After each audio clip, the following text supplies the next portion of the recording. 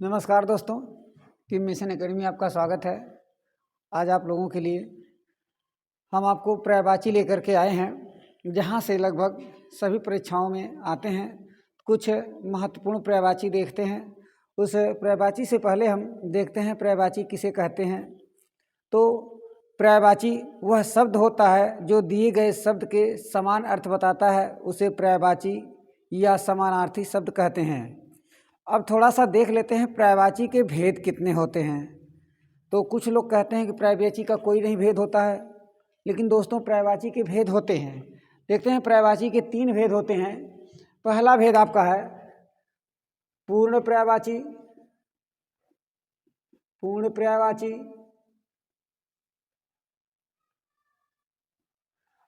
पूर्णापूर्ण पर्यायवाची, पूर्णापूर्ण पर्यायवाची। तीसरा है अपूर्ण पर्यायवाची, अपूर्ण पर्यायवाची। ये होते क्या हैं? तो चलिए इसके बारे में थोड़ा पहले देख लेते हैं। पूर्ण पर्यायवाची क्या होता है? जिस शब्द के स्थान पर यदि दूसरा भी शब्द रख दिया जाए और उसके अर्थ में कोई परिवर्तन ना हो तो उसे हम पूर्ण पर्यायवाची कहते हैं। या इस तरह भी कह सकते हैं, जिस शब्द के दोनों खंड सार्थक हो जाते हैं उसे हम पूर्ण पर्यायवाची कहते हैं। जैसे जलज, जलज जल में जन्म लेने वाला अर्थात कमल। नीरज, नीर माने जल, ज माने जन्म लेने वाला, जल में जन्म लेने वाला अर्थात कमल। या कह सकते हैं नीरद, नीरद, नीर माने जल, द माने देने वाला अर्थात बादल। तो ये आपका पूर्ण पर्यायवाची हो जाएगा। इसके बाद दूसरा आता है पूर्णापूर्ण। इसको हम तोड़ेंगे तो एक खंड पूर्ण होगा, दूसरा अपूर्ण होगा। यहाँ होता है यदि एक खंड का अर्थ समानार्थी हो और दूसरे खंड का अर्थ समानार्थी या समान अर्थ ना हो, उसका विपरीत अर्थ दे, तो वहाँ पूर्णापूर्ण पर्यायवाची होता है। जैसे मुंह लटकाए बैठा है, उसके स्थान पर यदि हम कह दें मुंह टांगे बैठा है तो यह अनुचित है, गलत है। या कहते हैं खाना निगलना, तो खाना निगलना यानी खाना खाना तो ठीक है, लेकिन यदि उसी स्थान पर हम कुछ ऐसे कह दें कि खाना ठूसना, खाना लीलना, तो यह गलत हो जाएगा। इसी तरह से अपूर्ण पर्यायवाची जो होता है, इसमें होता क्या है, कुछ लोग शब्द की स्थिति को बदल बदल कर बोलते हैं, जिसके अर्थ भिन्न हो जाते हैं और उससे जो है लोगों को एक छाया मिलती है, छाया के अनुसार अपने शब्दों के अर्थ को बदल देते हैं, जो गलत होता है। जैसे 2 शब्द हम दे रहे हैं आप लोगों को। एक शब्द है गर्भिणी, गर्भिणी, दूसरा शब्द है गाभिन। तो देखेंगे दोनों का अर्थ एक ही होता है, लेकिन स्थान स्थान पर दोनों का प्रयोग किया जाता है। क्योंकि गर्भिणी शब्द का प्रयोग जो होता है ये पशु महिलाओं के लिए होता है और गाभिन शब्द जो होता है पशुओं के लिए होता है। यदि इसका उल्टा प्रयोग कर दिया जाए तो समाज में बहुत बड़ी विडंबना हो जाती है, लोगों के अंदर वैमनस्य हो जाता है, आपसी व्यवहार समाप्त हो जाते हैं। तो ये आपके पर्यायवाची के 3 भेद थे, पूर्ण पर्यायवाची, पूर्णापूर्ण पर्यायवाची और अपूर्ण पर्यायवाची। अब हम चलते हैं अपने मेन पॉइंट पे, जहाँ से हमको शुरू करना है। तो देखते हैं सबसे पहले आग, आग का पर्यायवाची अनल, जात देव, दव, धूम्रकेतु। धूम्रकेतु का मतलब होता है धुओं का समूह। आप लोग पढ़े होंगे जब हनुमान जी दोहावली में तुलसीदास से जब हनुमान जी लंका को जला रहे थे, धुएं से पूरा वातावरण भर गया था, तो उसी को कहा गया धूम्रकेतु। फिर है छत्रजय, छत्र माने राज्य, राज्य को समाप्त करने वाली अग्नि। हुतासन, कृषाणु, वायु सखा। ये वायु सखा क्या होती है? क्योंकि वायु जो होती है हवा को तीव्र गति प्रदान कर देती है उसका सहयोग करके, इसलिए उसको वायु सखा कहा गया है। आगे देखते हैं अश्व, अश्व का मतलब होता है घोड़ा। घोड़े का पर्यायवाची है, है बाज रविसुता सैंधव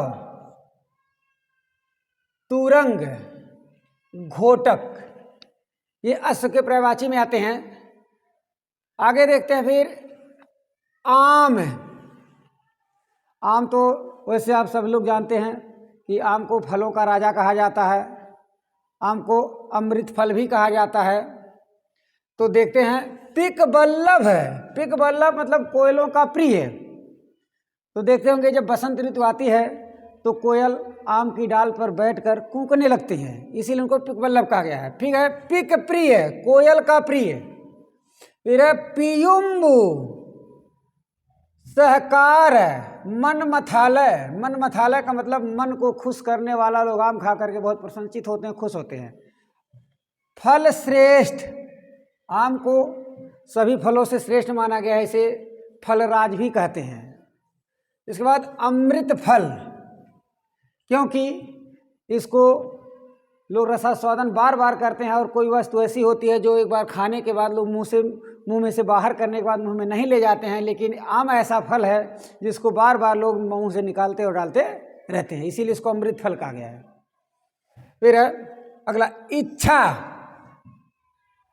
मनोरथ, मन को पूर्ण करना। ईप्सा, स्पृहा, वांछा, रुचि, चाह, मर्जी, लिप्सा और उत्कंठा। तो देखेंगे एक शब्द मर्जी है जो नवरात्रि के समय दुर्गा जी के जो भक्त होते हैं अधिकांश गाते हैं, भक्त कितनों पुकारे तुहार अर्जी, बूझा न बूझा तुहार मर्जी। तो मर्जी होती, इच्छा होती है। आगे देखते हैं कुबेर। कुबेर ये धनों के राजा कुबेर जो होते हैं उनको कहा गया है। तो यक्षराज, धनद, धन को देने वाले अर्थात कुबेर, बहुब्रीहि समास यहाँ है। फिर राजराज, राजाओं के राज। किन्नरेश, यक्षपति, देवताओं के राजा। श्रीध, श्री माने लक्ष्मी, दा माने देने वाले, श्री लक्ष्मी धन को देने वाले अर्थात कुबेर। धनेश्वर, धन के मालिक। अलंकेश, धनाधिप। ये आपके कुबेर के पर्यायवाची हो गए। फिर आगे हैं कबूतर। तो कबूतर के हो जाएंगे कपोत, पारावत, रक्तलोचन, क्योंकि उनके नेत्र लाल होते हैं। हरित, परेवा और है संदेशवाहक। संदेशवाहक भी होता है कबूतर के पर्यायवाची। फिर है कल्प वृक्ष। तो ये जो कल्प वृक्ष आपका है ये देवलोक का वृक्ष है, इधर तो नहीं, लेकिन आप अगर देखेंगे तो अब पृथ्वी पर भी कहीं कहीं पर उपलब्ध है ये, जैसे बाराबंकी है, लखनऊ है, लोहिया पार्क में ये कल्प वृक्ष उपलब्ध है, आपको मिलेंगे देखने के लिए। तो सुरतर, सुरतर माने देवताओं का वृक्ष। देवद्रुम, देवताओं का वृक्ष। मंदार, मंद को खुश करने वाला। देव वृक्ष, कल्पसाल। तो ये कल्प वृक्ष के पर्यायवाची हैं। आगे है तलवार। तो देखते होंगे अब तो तलवार का रिवाज ही समाप्त हो गया है। पहले युद्ध होता था तो उसमें जो मुगल शासक हों, चाहे उसके शिवाजी हों या उसके और पहले के शासक हो, तलवारों का प्रयोग लोग आपस में एक दूसरे से लड़ाई के लिए करते थे। तो चंद्रहास, आप लोगों को मालूम होगा कि चंद्रहास जो है रावण की तलवार का नाम था। असी, करवार, कृपाण, जिसमें तलवार रखी जाती है। शमशीर, करगल, ये तलवार के पर्यायवाची हैं। चंद्रमा, कलासोम, कला को बदलने वाले। कलानाथ, कला को दिखाने वाले। द्विराज, दो राजाओं के बीच अर्थात दिन और रात के बीच में रहने वाले चंद्रमा। राकापति, रात्रि को समाप्त करने वाले। हिमकर, बर्फ की तरह सुंदर। विभाकर, सुबह। निधि, चंद्रमा। फिर गधा, खर, खर रासभ वैशाख नंदन। तो इनको वैशाख नंदन क्यों कहा जाता है, इसको थोड़ा सा देख लेते हैं। क्योंकि जब चैत महीने का समय आता है, गेहूं चारों तरफ कट जाते हैं, खेत में केवल सफ़ेद सफ़ेद मिट्टी दिखाई देती है, और गधा जब उस समय चरता है तो पीछे की तरफ जब देखता है तो बहुत खुश होता है कि हमने सब कुछ चर लिया है, इसलिए वह बहुत हृष्ट-पुष्ट हो जाता है, इसीलिए इसको वैशाख नंदन कहा गया है। धूसर, धूसर क्यों कहा गया है, क्योंकि गधा जो होते हैं मिट्टी में ही लेटते हैं, इसीलिए उनको धूसर कहा जाता है। बेसर, चक्रीवान, तो चक्रीवान देखते हैं गधे को एक खूंटे गाड़ करके से बांध दिया जाता है तो चारों तरफ से चक्कर कर करके घास को चरता है, इसीलिए उसको हम चक्रीवान कहते हैं। फिर है तुरंग, कमल, अरविंद, तो अरविंद देखिए होते हैं लाल कमल, ध्यान दीजिएगा, ये कभी भी परीक्षाओं में पूछता है। 3 शब्द हैं, अरविंद, कोकनद और इंदिवर, इन तीनों शब्दों को पूछता है। अरविंद किसे, लाल कमल क्या होता है, सफ़ेद कमल क्या होता है, नीला कमल क्या होता है, तो अरविंद लाल कमल होता है। आपका कोकनद सफ़ेद कमल होता है, इंदिवर हरा कमल होता है, नीला कमल, सॉरी नीला कमल होता है, और उत्पल, पदम, नलिन, सरोज, सर माने तालाब, जब माने जन्म लेने वाला, सरोज, किरण, मरीच, दीप्त, म्यूख, अंश, कर, ये किरण के पर्यायवाची हैं। तो म्यूख शब्द जो आपका आया है, यह शिवा छत्रसाल प्रशस्ति में आया है कि निक्षत प्रलय भानु कैसी म्यूख है। फिर है इंद्र, सचीपत, कौशिक, सहस्राक्ष, 1000 है आँख जिसकी अर्थात इंद्र। जिष्णु, विबुधेश, विबुध माने चंद्रमा के राजा अर्थात इंद्र। पुरहुत, देवलोक के राजा। विडौजा, शक्र और वज्र को धारण करने वाले इंद्र वज्रधर। तो आगे देखते हैं इंद्रधनुष। इंद्रधनुष जो आप लोग देखते होंगे कि वर्षा समाप्त होने के बाद वह आकाश में दिखाई देती है, तो इंद्रधनुष। शक्र चाप, सप्तकर्णधनु, उसमें 7 रंग होते हैं, इसलिए उसको सप्तकर्णधनु कहा गया है। सुरचाप, सुर देवताओं की धनुष, और धनुक। दासी, दासी का मतलब होता है सेविका, जो पहले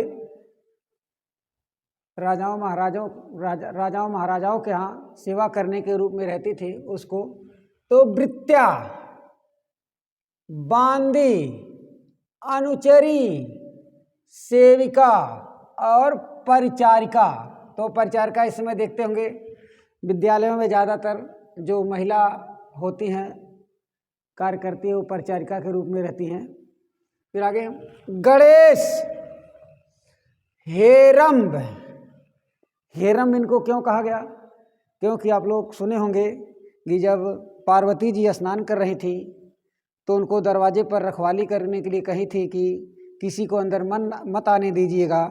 तो शंकर जी वहाँ पहुँचे तो गणेश जी ने इनको रोका, और शंकर जी क्रोधित होकर के इनके सर को काट दिया। तो पार्वती जी ने प्रलय लाने की ठान दी थी, तो सभी देवता मिल करके शंकर जी को खुश किए। तो शंकर जी ने कहा, जाओ जो पहला जीव मिल जाए उसी का सर काट के ले आओ, ये जीवित हो जाएंगे। तो उनके सेवक, उनके गण लोग गए, तो सबसे पहले खोजते खोजते हाथी का बच्चा मिल गया, और उसको सिर काट करके ले आए, लगा दिए, इसलिए उनको हेरंब कहा गया है। फिर है गणवदन। गणवदन, इनका शरीर छोटे और सुडौल था, इसलिए इनको गणवदन कहा गया। लंबतुंड, लंबा सूंड था, हाथी का सर लग जाने से इनका सूंड जो है लंबा हो गया, इसलिए लंबतुंड कहा गया। भवानी नंदन, पार्वती के पुत्र होने के कारण भवानी नंदन कहा गया। महाकाय, विशाल शरीर। मूषक वाहन, तो चूहा जो है इनकी सवारी थी, इस चूहे से ही सवारी करते थे, जिनको मूषक वाहन कहा गया है। एक दंत, तो हाथी के एक ही दांत बाहर निकले होते हैं ज़्यादातर, इसलिए उनको एक दंत कहा गया है, इसलिए उनका जो हाथी का सूंड लगाया गया था। फिर द्वय मातुर, द्वय मातुर की दो माता, अब एक हाथी का बच्चा था तो भी किसी का बच्चा था, उसकी माँ रही होगी, इनकी माँ पार्वती थी, इसलिए इनको द्वय मातुर कहा गया है। फिर देखते हैं गरुड़, खगेश, खग माने पक्षी, ईश माने राजा, पक्षियों के राजा खगेश अर्थात गरुड़, तो यहाँ का बहुब्री समास भी है। इसके बाद पन्नगार, पन्नग माने सांप, अर्य माने दुश्मन, सांपों का दुश्मन अर्थात गरुड़, बहुब्री समास यहाँ भी है। उर्गार, उर्ग माने हृदय, अर्य माने दुश्मन, हृदय से चलने वाले का दुश्मन अर्थात सांप का दुश्मन, यहाँ भी बहुब्री समास है। हरयान, विष्णु का वाहन। सुपर्ण, सुंदर पंख वाले अर्थात गरुड़, यहाँ भी आपका बहुब्री समास होगा। नागांतक, नागों का अंत करने वाले अर्थात गरुड़, यहाँ भी आपका बहुब्री समास होगा। वातने, वायु में चलने वाले गरुड़। वैनते, वाणी व्यक्त करने वाले अर्थात गरुड़। आगे चलते हैं। तारकस, तो तर्कस होता है जिसमें लोग युद्ध के समय बाणों को रखते थे, अपने कंधे पर टांगे रहते थे, उसको तर्कस कहा जाता है। तो होता है तूड़ीर, निसंग, तूड़, त्रोड़। आगे देखते हैं पृथ्वी, तो पृथ्वी का है वसुमति, रसा यानी सबको आनंद देने वाली, अचला ये सबका सेवन पालन पोषण करने वाली, अस्थिर रहने वाली, भवनितांत्री यानी पूरे संसार को पार लगाने वाली, रत्नगर्भा अपने अंदर सभी प्रकार के रत्नों को सजोकर रखने वाली, द्रोणी दोनों तरफ से उपकार करने वाली, उर्वी इसके ऊपर लोग निवास करते हैं इसलिए इसको उर्वी कहा गया है। मोदनी, यहाँ विभिन्न प्रकार की वस्तुएं उत्पन्न होती हैं, सबके मन को ये खुश करती हैं, इसलिए इनको मोदनी कहा गया है। जैसे एक किसान है, पृथ्वी पर ही अपनी खेती करता है, अधिक अन्न उत्पन्न होता है, तो उसको बहुत खुशी होती है देख करके। बीज प्रसु, बीज प्रस का मतलब होता है बीज का सेवन करने वाली, बीज का पालन पोषण करने वाली। आप लोग देखते भी होंगे जो अनाज के बीज चाहे वो जिस पौधे के हों, यदि ज़मीन पर गिर जाते हैं तो वर्षा ऋतु आती है तो वे फिर से उत्पन्न हो जाते हैं, पृथ्वी उनका से पालन पोषण सेवन करती है, इसलिए इनको बीज प्रस कहा गया है। फिर है प्रहूमि, इसका ईला। आगे देखते हैं इंद्राणी, इंद्राणी ने इंद्र की पत्नी इंद्राणी, तो इंद्रा इंद्र की पत्नी इंद्रा, इंद्र को सचपति कहा गया है इसलिए उनको सची कहा गया है, सची। पुलोमजा, सतावरी, पौलोमी है इंद्र की दूसरी पत्नी पौलोमी, और इंद्र को महेंद्र कहा गया इसलिए उनकी पत्नी को महेंद्री भी कहा गया है, महेंद्री। मधवानी, फिर पहाड़, तो पहाड़ है भूधर, भू माने पृथ्वी, धर धारण करना, पृथ्वी को धारण करने, पहाड़। अचल, न चलने वाला अर्थात स्थिर रहने वाला। गण, भूरित, धराधर, महीधर, आर्द्र, ये पर्वत के पर्यायवाची हैं। आगे चलते हैं कामदेव, तो देखिए मनोभाव, मन को खुश करने वाले, प्रसन्न करने वाले कामदेव। पंचसर, सबको शांत करने वाले। अस्मर, हमेशा याद रखने वाले। मनसिज, मन को खुश करने वाले। मनमथ, मन को भी प्रसन्न करने वाले। कंदर्प, कामदेव कंदर्प के देवता। अनंग, मयन, नेत्र के समान सुंदर। मकर ध्वज, कुसुम सर, केतन और पुष्प धन्वा, ये कामदेव के पर्यायवाची हैं। फिर है बाण, सायक, सिलमुख, तोमर, विसिख, नराच, ईश, आसुग, ये बाण के होते हैं। तो सिलमुख क्यों कहा जाता है? उसका जो आगे का मुख होता है वो नुकीला होता है, और आसुग भी उसीलिए होता है। आगे चलते हैं। जल, तो जल के पर्यायवाची में देखते हैं, एक कहा भी गया है कि हमारे देश के प्रथम प्रधानमंत्री पंडित जवाहरलाल नेहरू और राष्ट्र नायक महात्मा गांधी ने कहा है कि जल ही जीवन है, जल के बिना जीवन संभव नहीं है। तो देखेंगे जल से ही मनुष्य का जीवन होता है। यदि मनुष्य जल का सेवन ना करे तो उसका जीवन बहुत कष्ट में हो जाता है। आब भी जल होता है, ऐसे है दो नदियों के बीच का क्षेत्र, पंजाब 5 नदियों के बीच का क्षेत्र, इसीलिए उदक, अमृत, तो जल जो होता है अमृत से जरा भी कम नहीं होता है। लोग जल का सेवन करके ही जीवित होते हैं। धन रस, यानी रस रूपी धन, तो यहाँ पर एक तरह से अगर देखा जाए तो रूपक अलंकार भी हो जाएगा। रस रूपी धन है, क्योंकि जल एक रस के रूप में होता है, मनुष्य उसको ग्रहण करता है। फिर है सारंग, वन, संबर, सर्वमुख, जल सबके मुंह में जाता है, जल का उपयोग सब करते हैं। मोक्ष, ये मोक्ष होता है, कहा जाता है कि आदमी धर्म अर्थ काम मोक्ष चारों पुरुषार्थों को कर करके तब अपने जीवन को सुदृढ़ बनाता है, उत्तम बनाता है। तो देखते हैं निर्वाण, निर्वाण ज्ञान प्राप्ति, कैवल्य, मुक्ति, परम पद, परम धाम, सद्गति। तो सद्गति क्या होती है? सद्गति, मृत्यु के बाद अच्छी गति, अच्छी स्थिति, स्थान को प्राप्त करना, ये सद्गति होती है मोक्ष के लिए। फिर है धूल, रेणु, रज, मृतिका, गर्द, खेह, सेह। तो सेह शब्द आपको कबीरदास का आप लोग पढ़े होंगे तो वहाँ आपको मिला होगा, यही अवसर चेत्या नहीं, पस ज्यों पाली दे, राम नाम जाना नहीं, अंत पड़ी मुख से। तो से धूल का अर्थ होता है। फिर भौरा, मधुकर, मधुप, चंचरीक, द्वेरेफ, मिलिंद, सारंग और भृंग, ये भौरा के पर्यायवाची होते हैं। तो आगे देखते हैं वेश्या। तो वेश्या आप लोग जानते ही होंगे कि जिनको मान सम्मान परिवार से बहुत सामाजिकता नहीं होती, वो वेश्या होती हैं। उनको लिए कहा गया है गणिका, अर्थात जिसमें की सामाजिकता में समाज में गणना ना हो।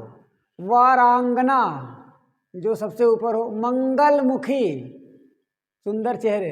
रामजनी, हमेशा प्रसन्न रहने वाली। सदा सुतगिन, जो पुत्रों के बारे में ना सोचे। कली, तो कली देखते होंगे जैसे छोटे छोटे पौधे होते हैं, उसमें से जो फूल आने वाला होता है तो कली खिलती है, तो उसकी पर्यायवाची है कोपल। जालक, जालक क्यों कहा जाता है कि जब कली निकलती है तो उसमें एक में जाल के रूप में सब बंधी रहती है, आपस में गुथी होती हैं, इसीलिए जालक कहा गया है। मुकुल, कोमल होती है, बहुत कोमल होती है, इसलिए उनको मुकुल कहा गया है। ताम्र पल्लव, यानी उसके जब पत्ते नए नए कलियां निकलती हैं तो ताम्र आकार के होती हैं, इसलिए ताम्र पल्लव कहा गया। फिर अखुआ, नौ पल्लव। आगे तालाब, तो बहुत ध्यान दीजिएगा इस तालाब के पर्यायवाची में। देखिए छद, छद, दह, दह, छद, दह, हृद, ये 3 शब्द हैं। कासार, सरसी, पुष्कर, इसके अलावा पोखर भी होता है, सर भी होता है, इसका पर्यायवाची। चलते हैं अर्जुन, तो धनंजय, धन को अर्जित करने वाले, धन को ग्रहण करने वाले। तो यहाँ विद्या रूपी धन से मतलब है, ये अपने गुरुओं से विद्या अर्जित करके श्रेष्ठता को प्राप्त किए थे। फिर पार्थ, पृथा के पुत्र अर्जुन, गुडाकेश, इसमें आपकी गुण संधि भी है, इसका संधि विच्छेद करेंगे तो हो जाएगा गुडाका धन ईस, गुडाकेश। फिर गांडीवधर, गांडीव धनुष जो धारण किए होते शिव जी का। क्रीट श्वेत वाहन, विभत्सुर विजयी, यानी इनसे घृणा करने वालों पर विजय प्राप्त करने वाले थे, अर्थात दुर्योधन पर इन्होंने विजय प्राप्त किया था, इसलिए इनको विभत्सुर विजयी कहा गया है। फिर ब्रह्मा विरंची, संसार की रचना करने वाले। स्वयंभू, स्वयं उत्पन्न होने वाले। कमलासन, कमल पर विराजमान होने के कारण। धाता, जन्म देने वाले। अज, सबको उत्पन्न करने वाले। लोकेश, लोक संसार के मालिक। करतार, नाभि जन्मा, हिरण्यगर्भा और आत्मभू, ये इतने ब्रह्मा के प्रवाची हैं। फिर नदी, निर्झरणी, पयस्विनी, तरणी, स्रोतस्विनी, लहरी, अपगा, सरी,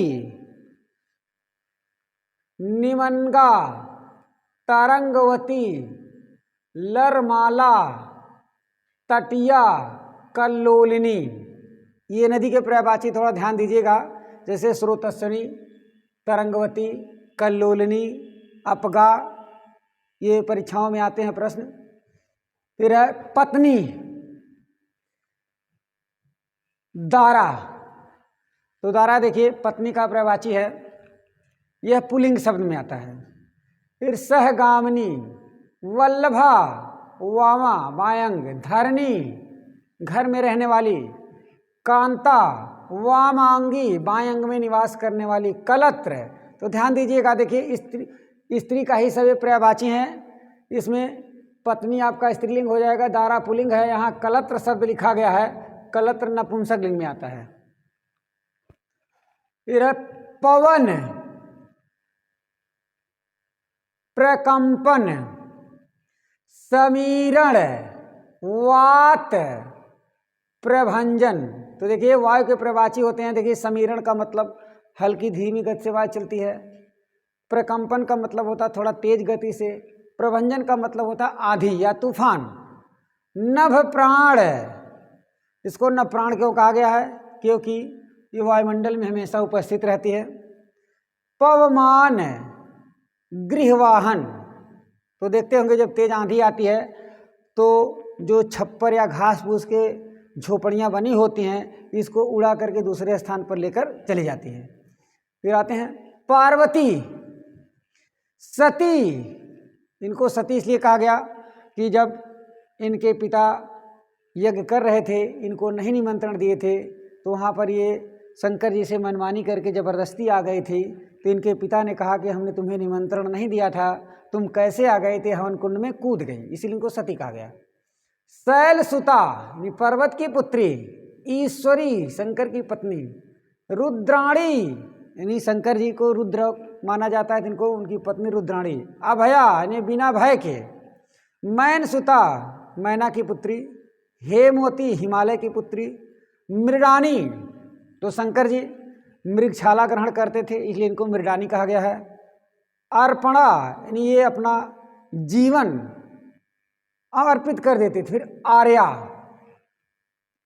मधु, बसंत ऋतु, तो देखते हैं जब बसंत ऋतु आती है चारों तरफ सरसों के फूल खिल जाते हैं। अरे जो मधुमक्खियाँ होती हैं ये शहद लगाती हैं, इसीलिए बसंत ऋतु कहा गया है। चैत्र मास, क्योंकि शहद जो होती है ये चैत के महीने में मधुमक्खियाँ जब फूल चूस करके लगा देती हैं तो तैयार हो जाती है। कुसुमासव, आसव माने रस होता है, कुसुम माने फूल, फूल का रस। पुष्पासव, फूल का रस। मच्छिका, क्योंकि ये मक्खियों द्वारा तैयार होती है, इसलिए मच्छिका कहा गया है। फिर मदिरा, तो आसव, मध्यासव, वारुणी, हाला, मध्वाक, माध्विजा, ये मदिरा के प्रवाची हैं। फिर आते हैं मोर, कलापी, इनकी आवाज़ तेज होती है, अलापते हैं। और शिखंडी, इनके सिर पर जो गोल सा रहता है इसलिए शिखंडी कहा गया। वर भी इसीलिए कहा गया कि जो उनके सर के ऊपर थोड़ा हल्का सा उठा होता है सुनहले रंग का। ध्वजी, नीलकंठ, इनका गला नीला होने के कारण। भुजगार, भुज माने सांप, भुजंग माने सांप होता है, आर्य माने दुश्मन, सांपों के दुश्मन मोर होते हैं। इसमें बहुब्रीहि समास भी है आपका है। शिव सुत वाहन, तो शिव शंकर जी के जो बड़े पुत्र थे कार्तिकेय, कार्तिकेय का वाहन था मोर, इसलिए इनको शिव सुत वाहन मोर को कहा जाता है। और एक चीज़ और बता दें, इस पृथ्वी पर सबसे पहले अग्नि की पूजा शंकर जी को ही बड़े पुत्र कार्तिकेय ने ही किया था। फिर है सूर्य, सविता, आदित्य, अक्र। तो देखिए ये अक्र शब्द है, कहीं कहीं पर आपको ये मिलेगा अर्क, ये गलत होता है, ये रस के अर्थ में होता है। जो जैसे होम्योपैथिक दवाइयाँ आती हैं लोग अर्क देते हैं, तो अर्क ये होता है और ये अक्र है। कमल बंधु, सूर्य को कमल बंधु क्यों कहा गया है? क्योंकि जब सुबह होती है, सूर्य उदय होता है, तो कमल अपने खिलने की अवस्था में आता है, इसलिए कमल बंधु कहा गया है। फिर है दिनमण, दिन में चमकने वाली। मरीच माली, मरीच माने किरण होता है, माली माने पुंज, किरणों का पुंज समूह। अंशमाली, चंडासु, हंस, तेजोरास माने तेज प्रकाश फैलाने वाले सूर्य। आगे स्वर्ग देखते हैं, धाव है, इंद्रपुरी, दिव, नाक, परम धाम और वैकुंठ, ये स्वर्ग के हैं। फिर हिरण, सारंग, हरिण, सुरभि। तो देखिए एक सुरभि शब्द है, सुरभि, यदि हम भा पे छोटी मात्रा लगाएंगे सुरभि गाय हो जाएगा सुरभि, और ये सुरभि। कुरंग, चितल। फिर है 12 सिंहा, इनके बाद एक सिंह से दूसरी सिंह, दूसरी से तीसरी, इस तरह निकलती है, इसलिए इनको 12 सिंहा कहा जाता है। थैंक यू दोस्तों, धन्यवाद।